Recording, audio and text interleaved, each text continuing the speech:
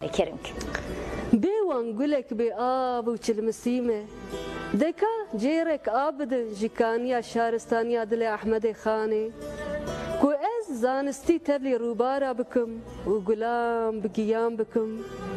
Bêwan aliyek mitarî ye, çirûskek ji felsefa dilê Fexiyê Teyran bînin û çira dilê me bêxin.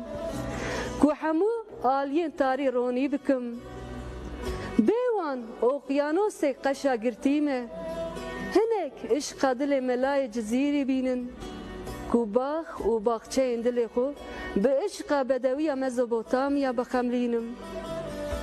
Ji çarînên helbesta Mestûrê Kurdistanî welatparêzî bikolin di hemû bedena me da.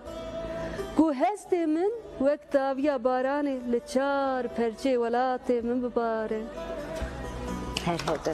Spas. Herhalde.